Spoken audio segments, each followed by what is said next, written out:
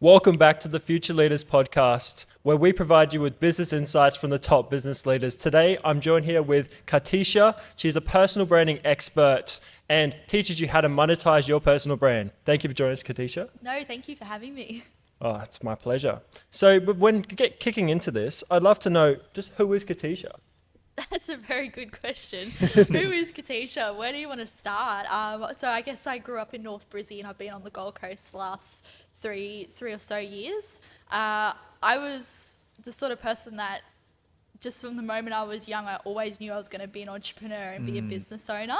And I've gone through quite the journey, but finally landed in a really beautiful space where I've got a really successful agency. So living on the Gold Coast and really lucky to found, I guess, my space. Yeah, awesome. So tell us a little bit more about your agency.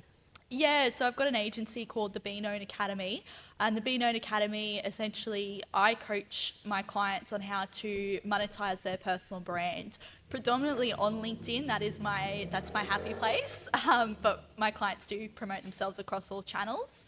And so I work with anywhere from people that want to quit their 9 to 5 and start a business, people that have already got a business that are wanting to scale their revenue. And then I also work with CEOs and sales professionals as well. Yeah, awesome. Is there a particular reason why you chose LinkedIn specifically, or is it? Yeah, I've been on LinkedIn for over 4 years, and it was the platform that I had the most success on. I just find that LinkedIn, particularly if you're B2B, is the place that you want to be hanging out on. And also I love it so much. I get very excited and passionate about the platform because up until a week ago, I've not spent a single cent on marketing. So LinkedIn is I feel one of the only platforms where you can really grow quite substantially. Like I've done multiple 6 figures off the back of my LinkedIn profile with no website, no paid advertising, nothing. And I guess the reason why I love it so much is it just shows you that no matter what your budget is or like where you're starting out in your business journey, there's so much opportunity to be made off LinkedIn, off that platform. Yeah, awesome. So you mentioned that you were making multiple 6 figures off of LinkedIn. What are some of your other biggest achievements that you've had over the years? It's actually the ones that I think people would potentially look at as the small ones, but they're really big in my eyes. So for instance, I've helped people quit their jobs. So there's one guy in particular that I guess is a really special moment for me. So funnily enough, he was my coach years ago. So he's this really amazing, they're called check coaches. So he's a health coach and he worked with me and like healed my back. I had major back issues and he fixed it. But he was working an engineering job while running the business, and he just couldn't quite get it to the stage where he could, quit his job and become full-time in his business. And so he started working with me this year, and he's, as of a couple months ago, quit his job and he's now full-time in his business and flying. Wow. And those stories really and I've got a few of those, but they just mean so much to me because I've been able to impact this man's life, and now he gets to have better work-life balance and he gets to see his kids more and he's doing something that he's madly passionate about.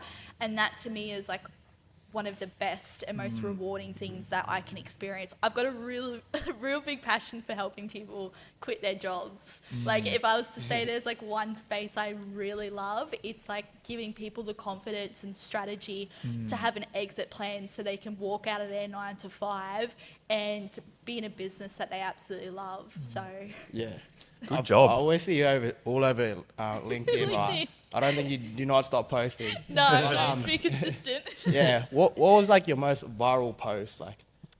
So my most viral post actually was about 1.5 years ago, and funnily enough, it was on doing 1 year dry.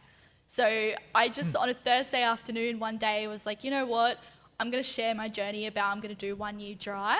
And I didn't think much of it, and it's always the posts that you don't think much of that end up going viral. And within 24 hours, it had nearly 200,000 views and 1,500 likes, which was pretty crazy considering back then I probably would have had about 7,000 followers. So to get that many views with my following was pretty massive. Yeah, that was my most viral post. What how many followers are you at now? Yeah. I'm at 8,500 at the moment. Yeah, so I feel pretty confident I'll get to 10 by the end of the year. But, Yeah, but definitely. you know what? The numbers, like people get so fixated on like going viral and having huge followings, and you don't need that in order to grow a successful brand. So I've had clients that have started with me with 600 followers on LinkedIn, and within a couple of months they've generated a dozen inbound leads for their business. So don't feel like I never have the intention of creating a brand that's going to go viral. I just want to impact my community and provide as much value, and also be authentic as well. And I know that will naturally attract the right people into my tribe. So Yeah, and you'd say it's probably about quality more so than the quantity on LinkedIn, especially, absolutely. right? Yeah, 'cause absolutely. all these people are like business owners or people on LinkedIn are obviously action takers and set themselves up. So yeah. I just find, and look, don't get me wrong, I know there's so much opportunity to be made on Instagram and Facebook, but I just find the serious business people and the serious business people with money as well. Yeah, that's what you want. To be quite honest, are hanging out on LinkedIn. Yeah. I find at times, you know, you can get a lot of tire kickers that do come through Instagram and Facebook, but I've just found, you know, LinkedIn has been my jam, and it's where the serious people are hanging out. Definitely. And for those that don't know at home, what is LinkedIn? Can you give a little bit of backstory on what is the difference between LinkedIn and something like Instagram? Why is it better for certain businesses? You know, just the sort of the differences. Yeah, of course. So for those who have never heard of LinkedIn, so LinkedIn, I guess, is a social media platform that a lot of people actually think is just for finding jobs, but that is so not the case. So it's a professional platform where you get to, in a way, I guess, list out almost your resume on a profile, and then you get to engage in other people's content. Now, LinkedIn has definitely changed over the years, where it's becoming, I guess, more and more acceptable for people to be able to share a bit more personally about themselves. And that will always be a controversial topic, because people will say, like, leave that to Facebook. But in my opinion, you know, business and life are one. Like, you can't just completely separate the two. And there's been times where I've shared personal things about myself on LinkedIn because I know it's relevant to my audience. So, it's a platform that I truly believe that everybody should be on, even if you don't want to start a business, because your network and your reputation is everything. If you're working a 9 to 5 and you get made redundant and you've got no network, like, you're in hot water. But if you had built a network and you had a great brand online, you would have so much more opportunity, and it would make it so much easier and stress-free for you to find your next role. You mentioned that you work with a lot of businesses. What are some businesses that are well known that you've worked with? I don't know if, to be honest with you, I don't know if I would say the businesses I've worked with are like well known. Like, I'm not working with people that are mega famous. But I guess to give you an idea of maybe like the industries that I've worked with. So I've worked tech, HR, leadership, executive coaches, book publishers. I've worked with a lot of engineers. So I've had like 8 engineers come through my academy, which is super random. What else have I got? I'm just trying to think of who I'm with at the moment. I get a lot of people in the leadership space as well, because it's a very competitive space and you have to really differentiate yourself as well. So for instance, I've got a fella that I'm working with at the moment who's an absolute weapon, but he niches into the mining and construction space. So like, that's working really well for him, and he's already getting a bunch of leads only a month into posting content. So I can't say the companies, like, they're not anything super mega famous, but I guess that's the reality of personal brand, is you don't have to be mega famous to really monetize it. Yeah. Amazing. No, that's perfect, right? So I want to take it all the way back to the very beginning. What was your childhood like? How were you brought up? What was that experience for you? That's an interesting question. So I grew up in North Brisbane in a place called Caboolture. And I went to school that way. I had a pretty good childhood. My parents, so my dad and mum, owned a garage door installation business, and the hardest hardest workers I know, they really, busted themselves and made sure that they were able to provide for us. But, things were definitely tough at times. There was a stage where my dad, he went and worked at the airport while also running his business. So, and I think that was a big motivator for me, I guess, in becoming a business owner was, I guess, seeing my parents working so hard, and I just wanted to be able to give back. And I just always knew, like, I'm not a millionaire yet, but I will be a millionaire. It's just a matter of time. And I always knew that growing up. And I know that might be a bit weird to say it, but No, you guys it's not probably weird. feel it Yeah, as yeah. well. Like there's just a drive. There's something I've always said to people, I felt like I was born different. And there was just a drive in me to be like, I'm going to be a business owner and I'm going to impact others and I'm going to make millions. Yeah. And people might find that really arrogant to say, but like I'm so comfortable in admitting that and knowing that that's my truth. And like I said, it's just a matter of time. Yeah, Definitely, and yeah. that's a very different to what most, especially kids or most people think, right? So, what was childhood like for you then?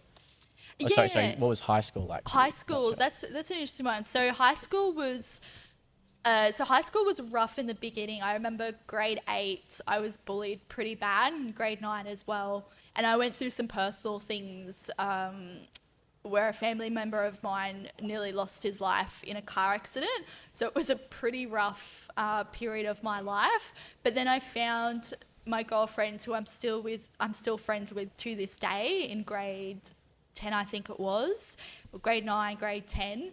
And yeah, they made high school such an amazing place for me. I didn't personally enjoy high school, so I did everything I could to not be there like 5 days a week. So I was working a part-time job at the age of 13 or 14 or whenever it was legal, and I was working 5 days a week. And then grade 11, I studied at TAFE part-time, and then grade 12, I also actually went to university part-time as well. And it was because I didn't want to be at school 5 days a week. So I was like, what can I do to not be here? And I did do OP as well. So it was, I guess, challenging managing everything, but I'm glad I did it, and I'm glad I got to have those experiences. Yeah, it makes you stronger, right? Yeah. So, Oh, absolutely, yeah. Like in terms from a personal note, and I'm not going to dive into it all, but I've been really we've been really unlucky in that we've had a series of just tragic events, one after another, for 10 years. Damn. And yeah, just multiple car accidents, like really bad car accidents, and just a whole, array of really random life events. But I'm really proud, I guess, of how I've been able to turn those events around and still be able to, impact the lives of others despite having a really rough run for a long period of time. And it's a testament to resilience and being resourceful as well. Oh, absolutely. Like my resilience is probably a quality of mine that I love most about myself, and it's something that no one can ever take away from me. I have been through so many hardships, and particularly at a young age as well, and that's something that nobody will ever take from me. And I think also why I've been successful in business, because I've definitely had my failures, don't get me wrong, but I'm still here standing in it. If I didn't have that resilience, I would have given up years ago. Sure. yeah. And you said you always felt different, or you always had this drive, that entrepreneurial drive. What was that? Was there any spark that sort of created that drive for you, or did you just, like, when was the first time you noticed that you wanted to start your entrepreneurial journey? Oh, that's a really good question. I would say, I feel even when I was in primary school, to be honest. I know that's crazy because we're only so little, but I feel probably around grade 6, 7, 8, I was thinking to myself, and I guess, being in a family where my parents own their own business, that would have impacted that as well. But I would say pretty young. I don't think there was a distinct moment. I mean, when I was in high school, I was doing a lot of business subjects, and I did a lot in hospitality and events as well.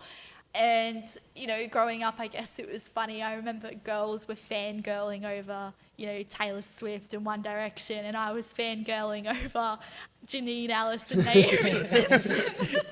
Like, they were my idols growing up. And I was like, I love these women, like, creating these amazing businesses. Yeah. And I shared a story on LinkedIn, actually, about 6 months ago, where I'll never forget when I made my first 5-figure sale in business years ago. And my coach at the time said to me, like, you have to celebrate, go and do something. And when we met up, because I'm such a tight ass, like, I just do not spend money. Yeah. And I remember when we met up, she said, like, what did you get? And I went, I got a Boost juice. She's like, you've just made $10,000 and you bought a Boost juice. And I'm like, yeah, like, it was so good. Yeah, so that you mentioned coach a few times. Do you feel like through your journey that you've always had a mentor or a coach, or you've always tried to have a coach or mentor to get to the next level, or is it something you kind of just organically stumbled upon having? Yeah, so I guess when I very first started out in business, I started 4 years ago, and I actually had a culture consulting agency. And first couple of months, you have no idea what you're doing when you start a business. And I was really young too. I would have only been 2021. Peak COVID, this was when did COVID hit? Was that 2020? 2020, but it was still March going on. 2020 is when Yeah, it so started. it was July 2020 when I started. So the world was a bit weird. I had no idea what I was doing. And I met my first coach at an event, actually. So she did a bit of sales coaching with me for 3 months, which was amazing. And then I sort of plodded along and did my thing for a little while. But I invested in some mentors around March, April last year. And those girls have completely changed my life.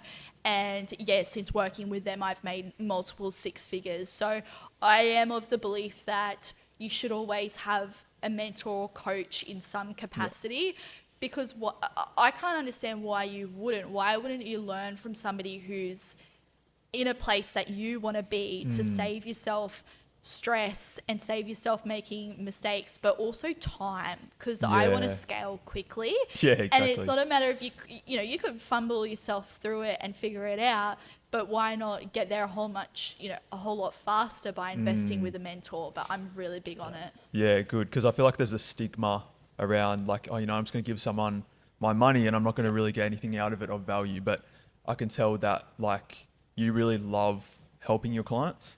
Oh yeah, I'm in the trenches with my clients. Like I had a post the other day that I've laughed with my clients, I've cried with my clients, like I've celebrated with them. So anybody who comes into the BeKnown Academy, they know that they're really well and truly supported, because I just want to see them win. And that can look in so many different capacities. Like I had a young girl who started with me, and she got put into a sales role with no sales experience. And so she got put into the academy. And within her first month, she closed a huge 5-figure deal. Congrats. And that's so rewarding. If there's something, I'm madly passionate about personal branding and how to monetize it.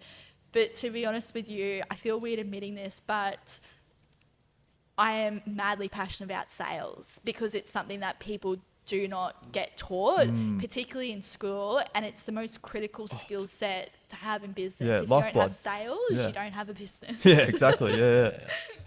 It's awesome. And just to go back just a little bit, what were you doing in your early 20s? Obviously, you had uni, but were you starting any businesses? What were you trying? What were you doing at that sort of time in your life? Yeah, so a bit of a random one. So I went to uni, and while I was at uni, I was working full-time managing a restaurant. So doing the 2 of that. But then when I finished my degree, to be quite honest, the first thing I thought was, I just want to find a high-earning job. I just want to go in and find a good job. And I ended up very randomly landing a job with a really big mining company controlling dump trucks in the mines. There you go. Yeah, so I was in their operations and logistics team. So I did that for over a year. I didn't have a very good experience, and I got really ill. So I left that, and I had to spend some time recovering. I had surgery as well.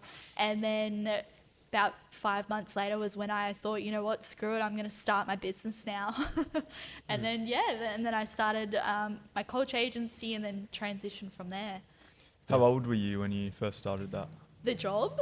Oh, the business. The business. Yeah. So I would have turned 21. Okay. Yeah, so I was 21, and then and then Awesome. 6 months later, I started the business. Cool. Awesome. Awesome. And how and when did you start your current business, BeKnown Academy? Yeah, that's a good question. It kind of happened organically, and I would say about 2 years ago. So 2 years ago, I naturally had people coming to me asking me to actually manage their LinkedIn accounts, and that was where it all started. So I was managing their accounts, I was posting content for them and doing a bit of messaging just to build relationships and find them clients. And with time, that sort of built, and then I got to about start of last year, and that then transitioned from me doing content creation, managing accounts, generating leads, and then I was also closing sales for clients as well. And that got a little bit hectic. I had because I was also managing another business at the time. I had a community on the Gold Coast for business owners to get together to work out and network. Okay. So it was all happening. And I sort of got to breaking point mid last year where something had to shift because I couldn't sustain what I was doing. And I also thought, I hadn't even advertised the BeKnown Academy by this stage. So I thought, you know what, I'm going to advertise the academy. And when I did, coincidentally, I just had people naturally reach out to me and say, will you coach me how to grow my personal brand? And I never saw myself as a coach, but because people were coming to me, I thought, well, why not? So I started taking on clients. And as of this year, I've been purely coaching. So I don't do a done-for-you service anymore. I just coach my clients. And that was how the transition went. I hope that answered your question. That's perfect, yeah. And what was that? What was that sort of cycle like, where you went from, do it done for you service compared to coaching? Which one do you prefer? Which one do you think gets more results for the client? I mean, I definitely got results for clients with the done for you, but I personally love the coaching. It's flexibility. It's the flexibility. Yeah. It's very scalable as well. Like at the moment, it's just me and my business, and I feel quite comfortable scaling to, like, don't get me wrong, I'll be working some big hours, but I could scale to 50, 70K months and it just be me. So I love, I guess, the flexibility. I love the fact that I feel I could provide more value to my clients through the coaching, because I'm not just coaching my clients how to post a piece of content. I would say 60-70% of my coaching is actually around sales. The content and the branding is the fun stuff, but there's no point in me teaching my clients how to generate all these leads if they're then not closing them. Yeah, it's like giving them a car and then not teaching them how to drive. actually get the fuel and drive it. Yeah. Exactly. And what was the biggest challenge that you've had to overcome in your business? I would say over my 4-year journey as an entrepreneur, I made a really big mistake 2 years ago where I pumped 40 grand into a business that flopped. And the recovery from that has been absolutely brutal. So I would say that was probably my hardest lesson. And even though it wasn't to do with BeKnown, and at the same time, I'm grateful it happened because it led me to where I am. But that was the hardest thing to overcome, because it was, people don't talk about, I don't want to say like the PTSD that comes from a failed business, but the stress and the embarrassment as well, because I also was very, obviously I'm in personal branding, right, and have been for years. So I've been very public with my business ventures. So to go so public with a business venture that then failed is mortifying, and people don't talk about that enough. So I would say recovering from that was probably one of, there's been many, but that was probably the biggest challenge. Yeah. If you don't mind me asking, what was the actual investment or like the catalyst which actually caused the thing to fail in a certain direction? Was it sales or like? Of course. So I actually still believe in the idea, but the execution around it was horrible, and I just had no idea. Like I said, I had no idea what I was doing. So I had this idea that I wanted to create the business version of Netflix, essentially. So I wanted to go around and interview founders and then upload it onto a platform that looked like Netflix. So I did all the things. I spent thousands and thousands on videography and a website and a launch event. And at the time I was interviewing a lot of Instagram famous people, and I thought that they, I guess with their followers, it would be enough to get enough traction onto my website. And it wasn't. So I launched and it was crickets. I don't even know if I made a single sale from it. No. And so I thought, oh gosh, what do I do? Like, this has failed. How do I pivot? So then I pivoted to starting, it was initially called Boss Club, but then it turned into Fit to Scale. So I created a local community on the Gold Coast for founders to get together to work out and network. And that was good. And we had some incredible things. I know you asked me before some of my, I guess, proudest moments. So one of them was, again, we had a guy in that group who was working a job he didn't love, and he ended up quitting and starting his own business. And he tells everyone it was because of Fit to Scale and the support he had. So that was, I guess, the journey. But in terms of what I did wrong, it was not having a great, ironically, plan on how to get traffic to the website and how to monetize it. Because I think you go into it very naively thinking, I'll put a website up and everyone will come. And that's why I'm so passionate about LinkedIn, because I tell startups, you do not need to spend 10, 20 grand on a website. Use LinkedIn. It's your free personal website that you can funnel traffic to. So. Exactly. And was this before your personal brand? Oh, yeah. So you didn't have that leverage either. Yeah, so I had a personal brand. So I grew my personal brand, I think, quite quickly. Yep. But back then I probably would have had 5,000 followers, but they were more geared towards my culture consulting business. So people knew of me and I was posting content and whatnot, but it probably wasn't, I want to say, maybe a big enough community, because for the business model I had for that, I needed volume. So I needed big volume of leads. So what I should have probably done was actually tapped into Facebook and Instagram ads and funneled traffic that way to the website. But, you know, you don't know what you don't know. And back then I definitely didn't know that. Yeah. I just want to add on to that, the 2-year journey, because I don't think you missed one networking group or one networking event. You were just at like every single networking event. And how much of that has helped you also build your personal brand, going out and networking in person? That's such a good question. So there's not a networking event in Southeast Queensland I have not been to. Like, at one stage for a good 12 months, I was attending or organising 20 to 25 events. And that also killed me mid last year. So this is my take on networking. I think networking in person is important, but what I actually did the last 9 to 12 months was I put a huge stop on in-person networking. So I've not left my house in almost a year because I was like, this is exhausting. And I decided to go all in on my brand on LinkedIn and online. And I was really terrified to make that decision because I thought, you know, my business is going to fail. Nobody's going to know what's going to happen. And it ended up doing the total opposite. I ended up like attracting all these amazing clients, and it was fine. So I guess my advice when it comes to in-person networking is it's important. Make sure you go, but be really selective about where you go and how you spend your time, because it is an energy suck. Yes. And it's a time investment as well. But like, particularly as us girls, like, we don't just wake up like you blokes and then we rock up. You're going to do your hair and makeup, and by the time you get there, like, your whole day is pretty well gone. So what would be some networking things that you'd recommend on Southeast Queensland? Oh, that's a good question. Oh, don't put me on the spot like that. I'm going to know a lot of people are going to say my networking event.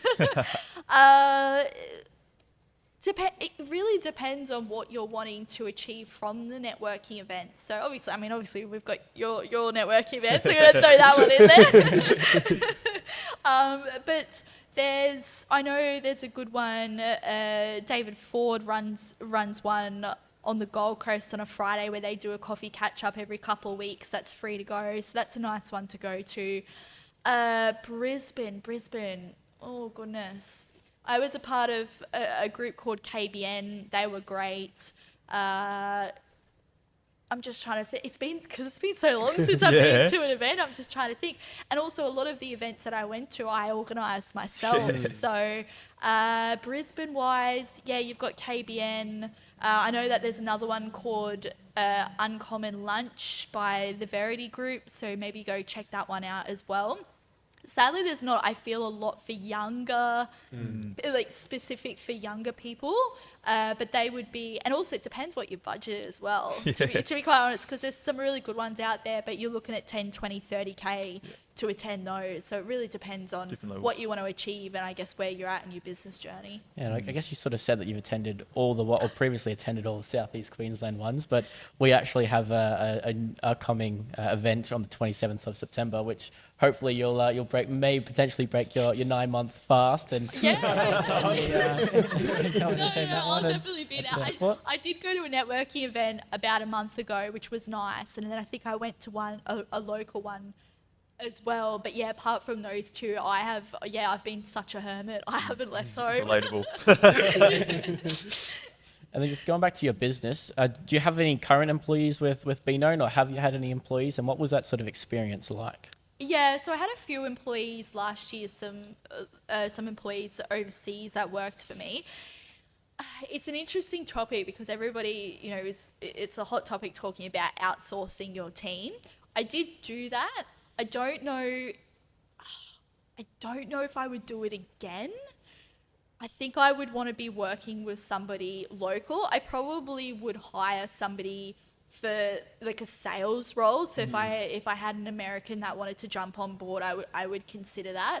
But I guess it also depends what direction I want to take my business, because I feel there's two ways you can scale wealth, and I'm really at a crossroads, I guess, at the moment, whether I hustle and get the business to 500K to $1 million with myself and maybe 1 or 2 employees and grow my wealth through property, because I really also believe that true wealth comes honestly from property. Yep. Or I go hard and I scale this into a multi-million-dollar business and employ a team. So it's something that's been sitting on my heart, honestly, the last couple of weeks. I'm like, what direction do I want to take the business? When you did outsource your team, what were the roles that they were filling? Yeah, so it was mostly, I guess, admin, a little bit of, they were supporting me with, I guess, messaging through LinkedIn as well. A little bit through my account, and that was another thing too. So I just don't feel comfortable with people, I guess, messaging, like having somebody else message through my account. And I probably will. The reality is I probably will have to get to a stage where somebody will, because time is money and I can't be in the DMs all day long. But that was something that just didn't sit super well with me, but I understand that is a part of growth. But yeah, I would say mostly sort of admin tasks. Yeah. Yeah, interesting. And do you feel like, because you'd have like a setter in there somewhere, but do you truly feel like you can scale this to, as you said, 500K or whatever, just by yourself, one person? I business? do actually. Yeah. That's a powerful thing about personal brand and coaching. Like, Yeah, you can do that. I'm not going to say it's going to be easy. I'm not going to just be relaxing on the beach, like watching the money roll in. But I do, look, it probably wouldn't be sustainable long term to do it on my own. But yeah, I feel I'm a hustler, so like I'll put in the hours and I'm happy to do that. But yeah, I think quite comfortably I could get to it. That's on pretty my epic, own. yeah. So you've sort of touched on it already, but what are your future plans, and if it is that $1 million goal, how are you going to get there? Yeah, so super interesting. I have just spent 6 months building out a funnel that I turned on 2 weeks ago that has gone bananas. Oh, great. So I think it's going to be just a matter of keeping that funnel pumping and then doing what I'm already doing on LinkedIn and growing my presence there. And what else do I need to, I guess, do in order to hit that 1 million mark?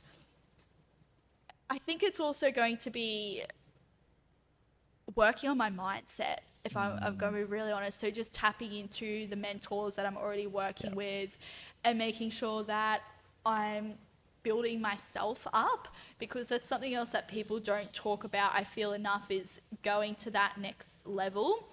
And it's you have to become a different person. And I know I'm a different person compared to 12 months ago. And I don't think people talk about that enough around the personal development you have to do in order to grow. and the changes that you have to make in your personal life to match that. And I think that's probably one of the hardest parts of being an entrepreneur is making those hard decisions. So what is your personal mission then? I want to inspire more people to do brave things. Yeah, so and personal branding is, I guess, and the BeKnown Academy is one of my vehicles to do that. But I love seeing particularly my clients stepping out of their comfort zone and doing really brave things and achieving greatness, because they, my mantra is always, the universe rewards the brave. Like, I truly believe that. So I just want to inspire more people to do cool things. That's great. Yeah. So for someone who's in the next generation, what would you recommend they do to start a personal brand? Yeah, good question. So I think the first thing is understanding what value you have to offer the world. So for me, I knew I was really good at LinkedIn. That was my jam. I knew how to monetize that platform. So I think work out what value you have to offer, and then understand who you want to impact and what problems you solve for those people. So for me, for instance, one of the problems I solve for my clients is helping them to, build out a pipeline so that way they can quit their 9-to-5 and start a business. So once you identify those things, then figure out where are those people hanging out. Because they might not be on LinkedIn. They could be on TikTok. They could be on Instagram. They could be on Facebook. So you need to work out where they are, and then build your brand on that platform. And I always say to start with one platform first, master that, and then build out an omnipresence. Don't overwhelm yourself trying to figure everything out. And then, I'm really, one of my values is community. So I'm really, really big on giving back. And I think to build a really strong brand and one that you can monetize, you have to build a community of people that know, like, and trust you in order for them to, hand over their hard-earned dollars. Yeah, sure. So how important is it to be known on LinkedIn, and how do you go build a profile? On LinkedIn? Yeah. Well, if you want to make life easier, go onto my profile, and I've got a free guide.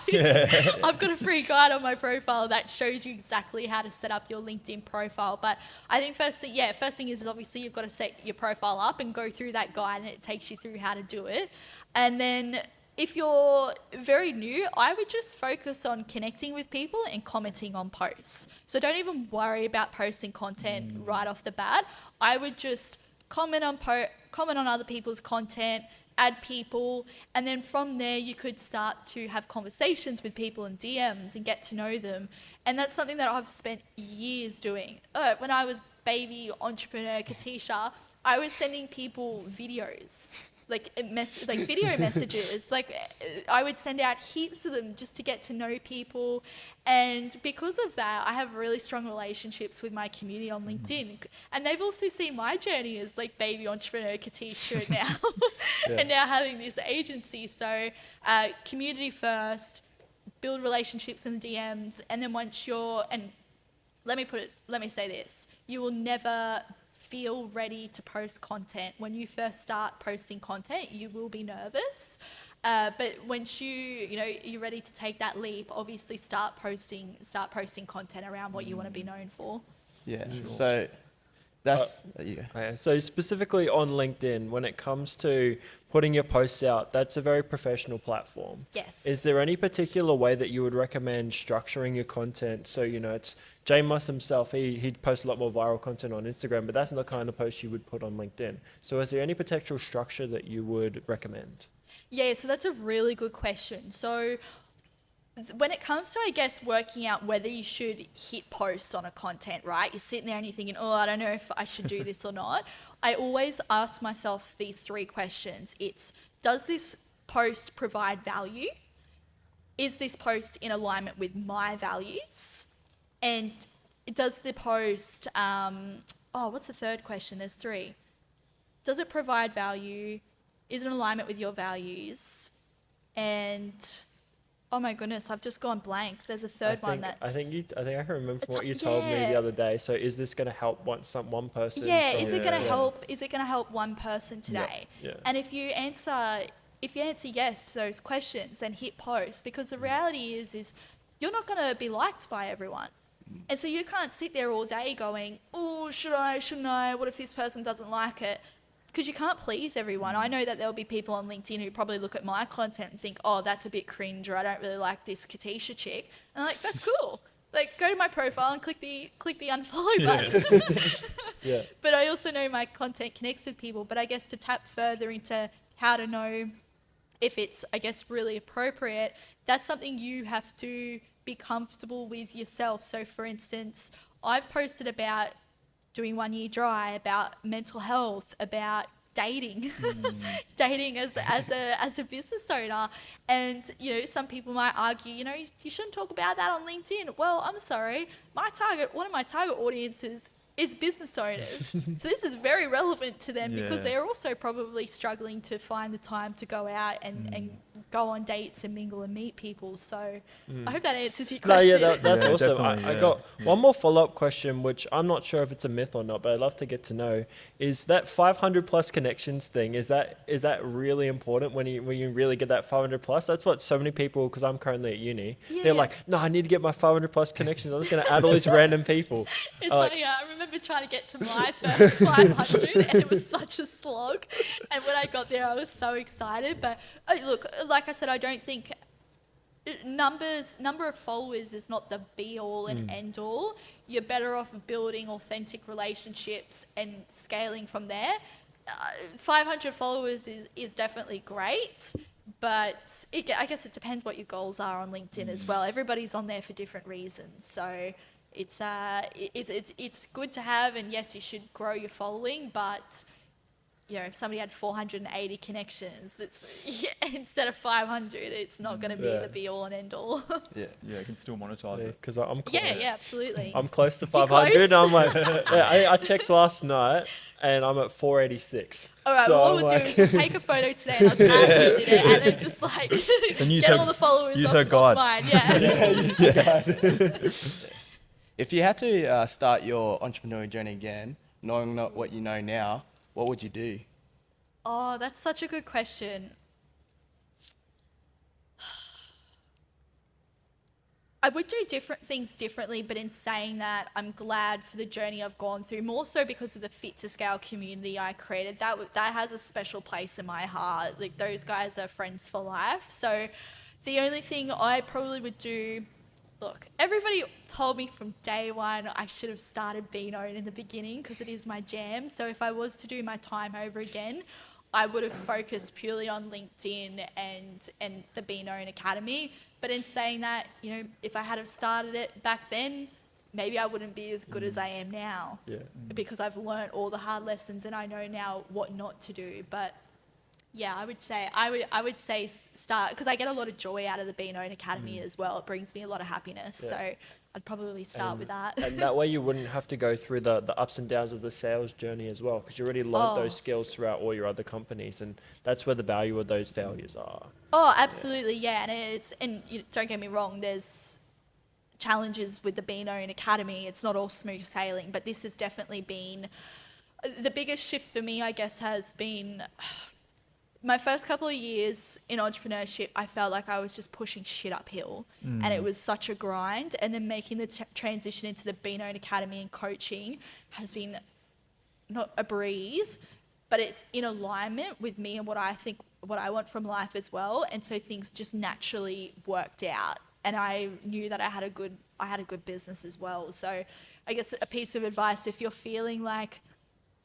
there's a difference between challenging and it just not working out, and that's something that as a business owner you have to navigate and then make that call and then pivot. Yeah. So what would be like a marketing strategy you would employ sooner to grow a following? As in, like, what would I have personally done, or what would I recommend to people? What would you recommend?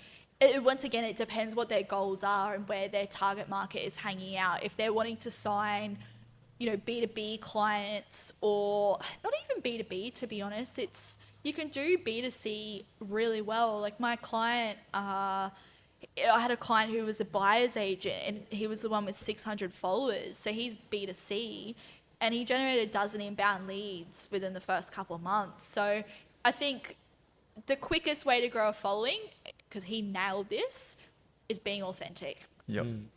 it's so valued these days because there's so much fake stuff online that if you actually just be authentic and be you, you will grow a brand quite quickly. Yeah, and just on that, do you feel like you share your story and a bit of your personal life on LinkedIn as well? Do you feel like it's important to share your story and share parts of your life that don't necessarily relate to your business, but it makes you more like a 3D person instead of like just a face online? Yeah, absolutely. I wouldn't have the network and community if I hadn't have been vulnerable around sharing my journey and the ups and downs.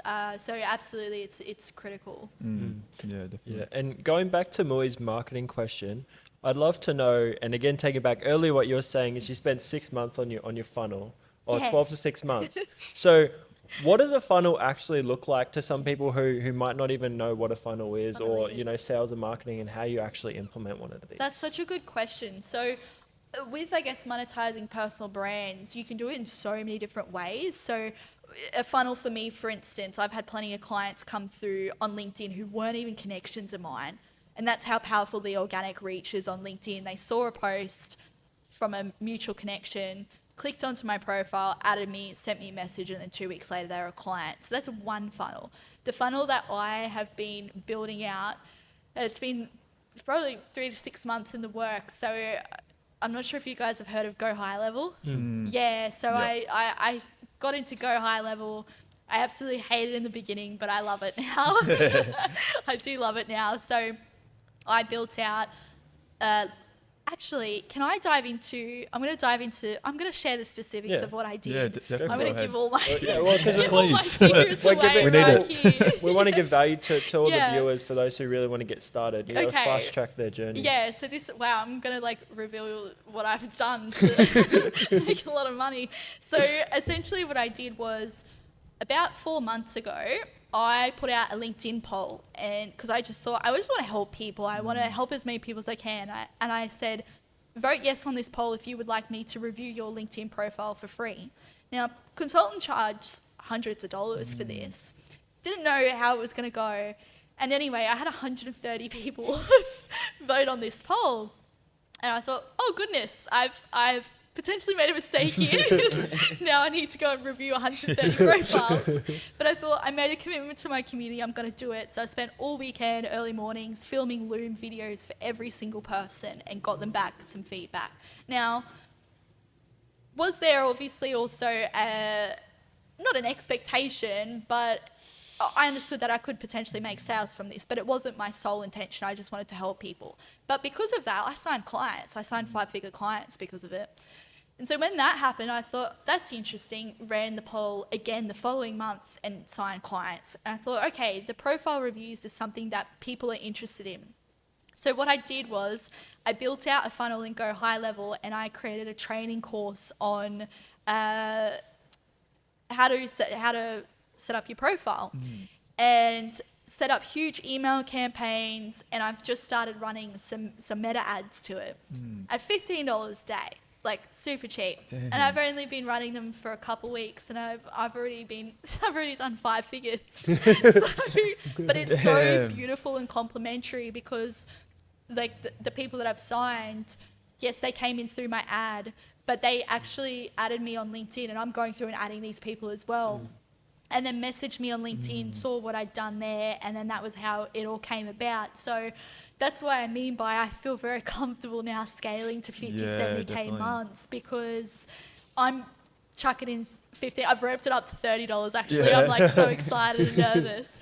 But yeah, so I'm just going through and hustling and calling these leads and booking calls with people who want to catch up and then signing them from there. So that's my secret awesome. funnel. Like, well, one of many. You've Yeah. got the code. I honestly, I'm going to get to a stage where what they call liquidate. So I'm going to liquidate my ads. So part of the funnel is for them to get the free guide, but then there's an option for them to download a training for like $27 on how to create content. I haven't quite cracked that just yet, but I've only thrown $200 into the ad and I need a bit more time. But yeah, so I'll get to a stage where not only will the ads be paying for themselves, but I will profit from my ads. Yeah, like that's I'll get it awesome. to a stage where I'll profit from that. So with BeKnown Academy, you've mentioned that you've had all these clients that have been pulling in from these ads. Is there a certain limit that you can have to actually taking on clients? Because we found with coaching, sometimes they have a max of 10 one-on-one clients to actually do it. Are they all one-on-one? Yeah, they are. So I guess different capacities. So I do group coaching throughout the week. So a couple times a week we host group coaching. But the way I guess I set mine up is we would catch up for either maybe an hour a week or a fortnight or a month, depending on what program they're in. But then my clients also have access to me throughout the week, like via Slack as well. So it's what I mean, I'm very in the trenches. Like I'm talking to my clients, you know, if not every day, every couple of days, because I'm really big on accountability as well. And I want to make sure that, you know, they're moving the needle forward. And if anything comes up for them, they've got the opportunity to troubleshoot that with me without having to wait until our next call. Yeah. So I think my capacity on my own, so I've worked out, so the goal is to sign another 18 clients by the end of the year. And I think by that stage, I'll probably be like, I probably could scale to another maybe 20, 25 clients. I'm literally in the trenches working this out right now. I've been looking at my finances and everything in my schedule and going like, how many more clients can I fit in? But I will never be at capacity, because if I get to that stage, then I will bring on like a team. So, but that's also an interesting transition I've got to work out in terms of who do I bring on. But yeah, I've got the right mentors in my corner, so they're guiding me through that process. I was curious because you also mentioned that you wanted to build it on your own as well, not bring on the team. So I was like, I'm thinking like 50, 70 months. I'm like, I could do it on my own, but I wouldn't be able to probably go much further past that 500K mark. That probably would be like me tapping out. But yeah, you know, also the sky's limit. Maybe I'm just a little bit scared about it. Maybe I need to take some of my own advice about being brave and, you know, scale it to the multi-millions. But coaching, in full honesty, is something that is hard to scale to multi-millions, because it's not hard, but I have to let go of my control freakness in the sense that I have to plug in other coaches, because obviously there's only one of me, so I can't coach 200 people. So I would just have to bring in superstars into the business that would do an even better job than me. Do you take all your sales calls at the moment? I do, So you'd have to get a closer. So that's another thing. So I would have to, and that would be the next transition. I have to work out whether I want to stay on sales and bring in a coach, or if I stay coaching and bring somebody into sales. Got you. Yeah. Do you find it effective at the moment, you doing the sales calls? You feel like there's more of that because it's your personal brand and you're selling the product, you have that better leverage to sell, or it doesn't matter? Yeah, definitely. But I also think too, I feel it can also be easier selling a product that isn't yours, if that makes sense. I know that's weird, but you have to have, let's put it this way. If I was to sell for somebody, because you have to have like a next level confidence. And I am confident in my product and like what I sell. But I'm not going to lie and say there's times where like you get a bit nervous and you think, oh gosh, and it's, you know, you have a bit of self-doubt, but yeah,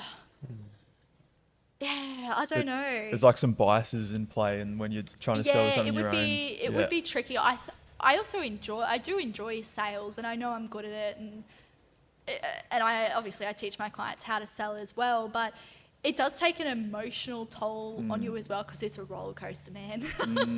It's a roller coaster. Like, you can have absolute cracker months, and then you have other months where you're like, what was that? Like, what just happened in that month? Just another quick question. Are these clients recurring?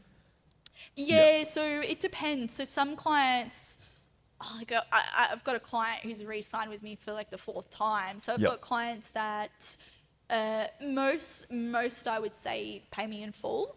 But then I would have other clients that would be on a retainer, or a payment plan. Sweet. We're coming very close to the end of the podcast.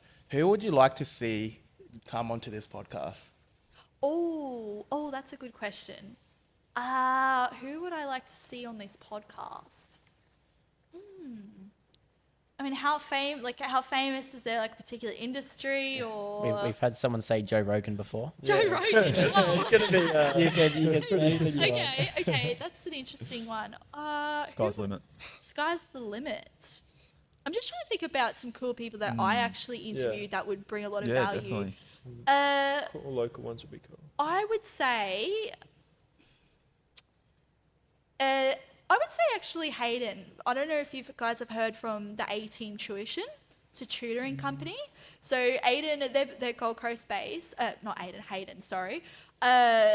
He had a pretty incredible journey. He scaled his business to mega millions, and he did it all on his own. And I just thought that was incredibly impressive. So I would probably say Hayden. Yeah, I would interview him. Awesome. Yeah, he's a gun. Yeah. And is there anyone you'd like to shout out who helped you on your entrepreneurial journey? Oh gosh, yeah, so many people. That makes me emotional. Obviously my family for one have been a huge part of my journey. I would say Mon and Jess, my mentors, they've honestly changed my life.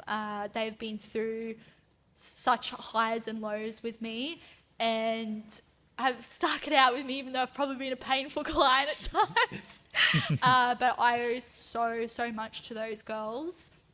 And who else? I've got some friends actually that I'm no longer friends with because life happens and I had to part ways, but they were such an important part of my journey. And even though we're not friends anymore, I have so much love and gratitude for those people. So I would say them as well. But I think the biggest thing when it comes to business is you can't do it alone. And I'm so lucky to have incredible people around me. And if it wasn't for them, I wouldn't be where I am now. So, yeah. Yeah, nice. So for anyone trying to get in contact with you or find you, where can they find you? Probably LinkedIn will be a good start. LinkedIn. I'm on Instagram as well, so you can give me a follow and send me a message on there. But yeah, I would say LinkedIn is probably the best place to reach out and connect with me. Yeah, perfect. Perfect. Well, I think that's a wrap for this podcast. Thank you so much for having me, guys. It was lots of Thanks fun. for coming. That was an Kateesha. awesome conversation. Yeah. Thanks, Kateesha. Yeah. So I hope you guys enjoyed this podcast, and I look forward for you to join into the next one next fortnight. So I'll see you there.